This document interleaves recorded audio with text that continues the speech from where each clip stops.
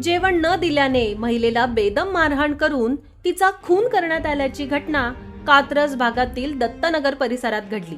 या प्रकरणी भारती विद्यापीठ पोलिसांनी पतीला अटक केली आहे।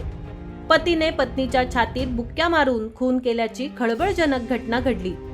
तानाजी कांबळे असं नराधम पतीचं नाव आहे। त्याच्यावर भारती विद्यापीठ पोलीस ठाण्यात गुन्हा दाखल करण्यात आलाय। पोलिसांनी दिलेल्या माहितीनुसार मधुरा तानाजी कांबळे वय वर्ष 42 असं खून झालेल्या महिलेचं नाव आहे। याबाबत मुलगा पियुष तानाजी कांबळे वय वर्ष 19 याने भारती विद्यापीठ पोलीस ठाण्यात फिर्याद दिली आहे। नराधम पती व्यवसायाने पेंटर असून रोजंदारीवर काम करत होता। कांबळे दररोज घरी येताना मद्यपान करून येत असे। शुक्रवारी रात्री 10 वाजण्याच्या सुमारास तानाजी नेहमीप्रमाणे मद्यपान करून घरी आला होता। यावेळी त्याने त्याच्या पत्नी माधुरीला जेवायला वाढण्यास सांगितलं। यावर तिने त्याला जेवण न बनवल्याचं उत्तर दिलं। जेवण न दिल्याच्या रागातून तानाजीने पत्नीला शिवीगाळ करत मारहाण करायला सुरुवात केली।